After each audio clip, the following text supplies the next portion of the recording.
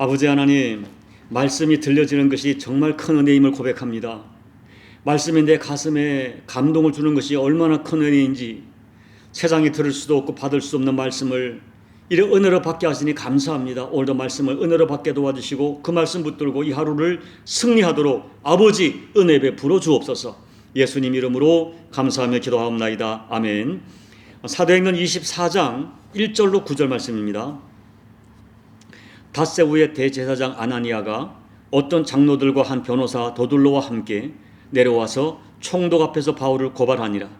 바울을 부르매 도둘로가 고발하 이르되, 벨릭스 각하여, 우리가 당신을 힘입어 태평을 누리고 또 이 민족이 당신의 선견으로 말미암아 여러 가지로 개선된 것을 우리가 어느 모양으로나 어느 곳에서나 크게 감사나이다. 당신을 더 괴롭게 아니하려 하여 우리가 대강 여짜옵나니 관용하여 들으시기를 원하나이다. 우리가 보니 이 사람은 전염병 같은 자라. 천하에 흩어진 유대인을 다 소유하게 하는 자요 나사렛 이단의 우두머리라. 그가 또 성전을 더럽게 하려 함으로 우리가 잡아싸우니 당신이 친히 그를 심문하시면 우리가 고발하는 이 모든 일을 아실 수 있나이다 하니 유대인들도 이에 참가하여 이 말이 옳다 주장하니라. 아멘. 오늘 말씀은 가이사라 재판정에서 바울이 재판받는 모습을 보여주고 있습니다. 먼저 바울을 고소하는 사람들이 바울을 고발하는 내용을 기록하고 있는데, 이 고발 내용을 역설적으로 해석하면 바울이 어떠한 사람이었는가를 우리가 알게 됩니다. 우리는 고발당하는 바울의 모습에서 참 그리스도인이 어떤 사람이어야 하는지를 오늘 역설적으로 살펴보려고 합니다. 첫째, 참 그리스도인은 복음의 영향력을 확산시키는 사람입니다. 자, 5절을 보십시오. 바울에 대한 고소 제목이 무엇입니까? 우리가 보니 이 사람은 전염병 같은 자라. 천하에 흩어진 유대인을 다 소유하게 하는 자요 나사렛 이단의 우두머리라. 우선 여기 이 구절에 사용된 전염병 같은 자, 소유하게 하는 자, 이 표현들을 주목해 보세요. 이 표현은 바울이 전도 여행을 다니면서 전한 복음이 전염병처럼 급속도로 퍼지고 있다는 말을 강조한 것입니다. 당시에 전염병에 걸린 사람은 격리시켜야 했습니다. 무서운 병을 옮기기 때문입니다. 바울을 고발하는 사람들은 그와 같은 의미에서 오늘 바울을 전염병 같은 사람이라고 고발한 것입니다. 또 천하에 흩어진 유대인을 다 소유하게 하는 자요라는 표현을 통해 바울이 전한 복음이 당시 세상에 흩어진 디아스포라 유대인 사이에 얼마나 강력한 영향력을 행사하고 있었는지를 짐작하게 만듭니다.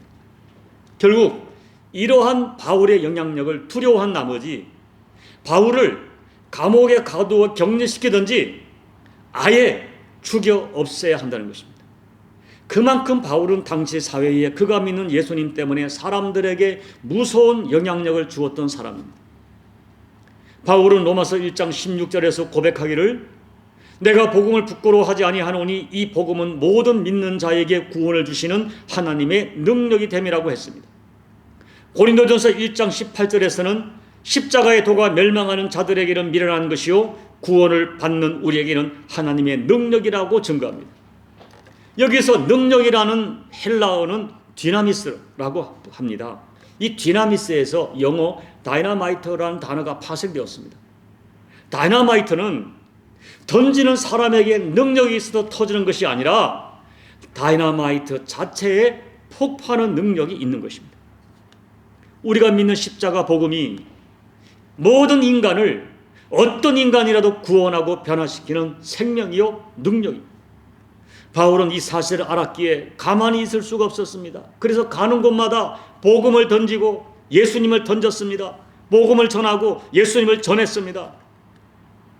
그래서 그 현장마다 유대인 사회에 소요가 일어나고 전염병처럼 영적인 지각 변동이 일어나는 것이, 사람들이 예수에게 이렇게 전염되는 것처럼 예수에게 장악되는 것이 너무나 당연하게 보여지는 거예요.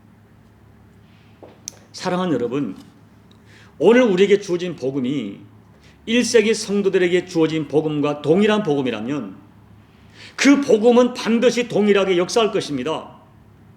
그 복음에 담겨진 생명이 내가 믿음으로 던지면, 믿음으로 전하면 그 복음을 받는 사람에게서 전염병처럼 어떤 변화가, 긍정적인 변화가 일어날 것입니다.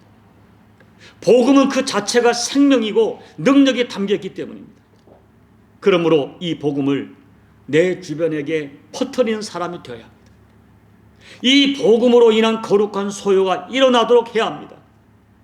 사도행전이 보여주는 1세기 그리스도인들의 정체성이 무엇입니까? 복음으로 세상을 전염시키는 사람들이었어요. 복음으로 세상을 소요시키는 사람들이었어요. 부디 오늘 저와 여러분이 복음을 전염시키는 그런 사람으로서의 정체성을 가지시기를 예수님 이름으로 축복합니다. 둘째, 참 그리스도인은 매사에 예수 그리스도를 생각나게 하는 사람입니다. 본문 5절을 보면 또 하나의 고소 제목이 나사렛 이단의 우두머리라는 것입니다. 이것은 바울이 예수님과 뗄래야 뗄 수 없는 삶을 살았음을 역설적으로 변증하는 것입니다. 예수님의 별명이 나사렛 사람입니다.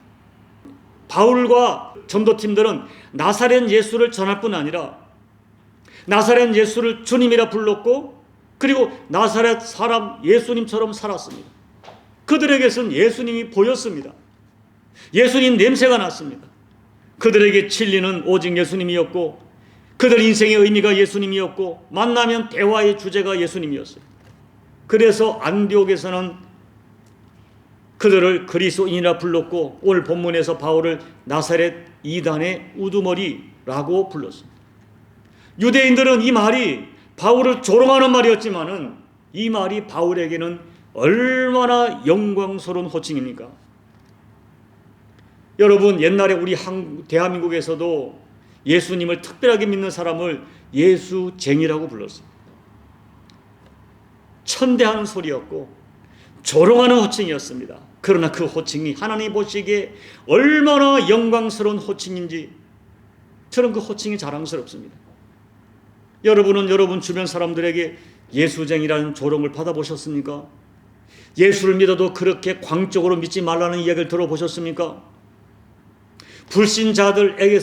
불신자들조차도 알아볼 수 있는 신앙의 증거, 불신자들이 여러분을 볼 때 저 사람은 예수쟁이야, 예수 믿는 사람이야, 예수 냄새가 납니까? 여러분의 언어에서, 여러분의 마음 씀씀이에서, 여러분이 자랑하는 그 제목에서, 여러분이 사용하는 시간과 물질의 사용 빈도를 보고 주변 사람들이 저 사람은 예수 믿는 사람이네 라고 말을 하던가요?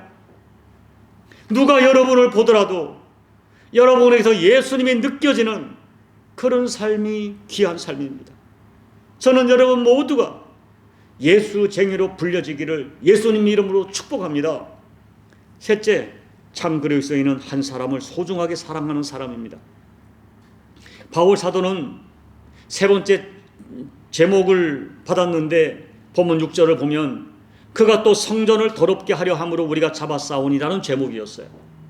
바울이 이런 고소를 당한 연유가 무엇입니까? 우리는 이 비난의 배경을 바울이 체포되던 사도행전 22장 28절 30절에서 이해할 수 있습니다. 유대인들은 바울이 이방인을 성전에 데리고 들어왔기에 성전을 더럽혔다고 생각하고 바울을 붙잡은 것입니다. 당시에 이 성전법은 이방인과 유대인의 구별을 엄격하게 하고 있었어요. 그래서 이방인은 이방인의 뜰까지는 올 수 있지만 이방인의 뜰을 지나 성전 안으로 절대로 들어갈 수가 없었고, 혹이라도 이방인의 출입을 도와주는 유대인들이 있다면 이방인과 유대인을 돌로 쳐서 죽이거나 사형에 처해지는 것이 당시의 법이었어요. 바울이 이런 법을 모를 리가 없습니다. 그런 실수를 할 리가 없습니다. 그런데 왜 유대인들은 바울이 이방인을 성전에 들였다고 오해했을까요? 그때 바울은 에베소 출신 이방인 드로비모를 동행하고 이방인의 뜰을 거닐고 있었던 것입니다. 물론 성경에 기록되어 있지 않지만 우리가 조금의 상상력을 동원해 보면 이렇게 해석할 수 있습니다. 바울은 드로비모에게 이 거룩한 성전의 역사를 알려주고 싶었고, 주님이 걸어 다니셨던 그 현장을 구석구석 보여주고 설명하고 싶었을 것입니다. 그래서 이방인 드로비모를 이방인의 뜰까지 다정하게 데리고 다니면서 또 멀리서 성전을 바라보면서 이 성전에 대해서 이야기를 했을 거예요. 그 모습을 유대인들이 보고 가뜩이나 바울에 대하여 악감정을 품고 있었는데 그만 지레 짐작하고 크게 오해를 하고 이방인을 성전에 들였다고 그들이 생각한 것입니다. 결국 이 오해가 발단이 되어서 결국 바울은 붙잡혀서 폭행을 당하고 감옥에서 2년을 지내게 되고 다시 로마의 감옥에 가서 2년의 세월을 보내야 했습니다. 그런데 여러분, 성경 어디를 보아도 이 사건을 바울이 후회한 흔적이 없습니다. 드로비모를 원망하거나 한 그런 기록이 없습니다. 왜 그렇습니까? 바울은 예수님 만난 이후에 사람들을 진심으로 사랑하는 법을 배웠습니다. 자기를 위하여 목숨까지 주신 예수님의 사랑에서 참 인간관계가 어떠해야 하는지를 배웠습니다. 예수님의 사랑은 사람 사랑으로 나타났습니다.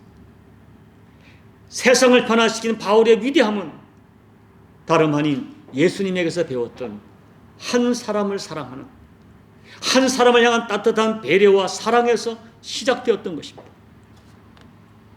이번에 조국을 다녀온 선교사 한 분과 차를 마시게 되었는데 이런 이야기를 하더군요.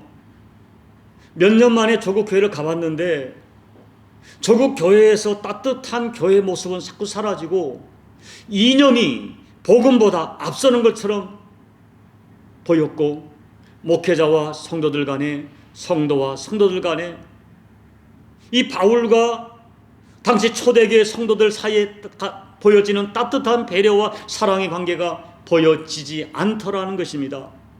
차갑고 날카로운 모습을 많이 보았다는 것입니다. 그러기에 오늘 우리는 정신을 차리고 회복하고 지켜가야 할 신앙 중에 하나가 바로 이 성경적인 성도상, 성경적인 교회상이 회복되어야 돼요. 이제 말씀을 마칩니다. 저는 오늘날 우리 성도들이 가장 시급하게 회복해야 할 것이 성도다움, 교회다움의 회복이라고 생각합니다. 그것은 다름 아닌 우리에게서 간단해요. 예수님이 느껴져야 돼. 저 사람 예수 믿는 사람이다.